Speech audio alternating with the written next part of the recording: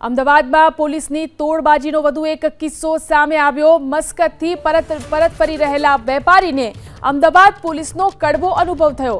વેપારી એરપોર્ટથી વૈષ્ણોદેવી સર્કલ પર પહોંચ્યા હતા, જ્યાં ચેકિંગના નામે પોલીસે કારને અટકાવી હતી। પોલીસના ચેકિંગમાં મસ્કતથી આવેલા વેપારી પાસેથી 2 દારૂની બોટલ મળી આવી હતી, જેથી ચાંદખેડા પોલીસમાં ફરજ બજાવતા 4 કર્મચારીઓએ 1.5 લાખ રૂપિયાના તોડની માંગ કરી હતી। જો રૂપિયા ન આપે તો પાસપોર્ટ જપ્ત કરી ખોટા કેસમાં ફસાવવાની ધમકી આપ્યાનો વેપારીએ આરોપ લગાવ્યો।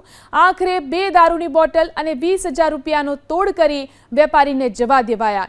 જો કે ભોગ બનનાર વેપારીએ આખરે આ મુદ્દે ચાંદખેડા પોલીસમાં ફરિયાદ નોંધાવી, જેના આધારે પોલીસે તપાસનો ધમધમાટ શરૂ કર્યો છે।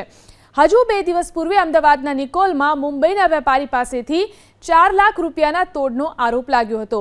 આ બનાવ હજુ શહેરમાં ટોક ઓફ ધ ટાઉન છે। ત્યાં વધુ એક તોડબાજીનો આરોપ લાગતો ખાકી ઉપર વધુ એક ડાઘ પડ્યો છે।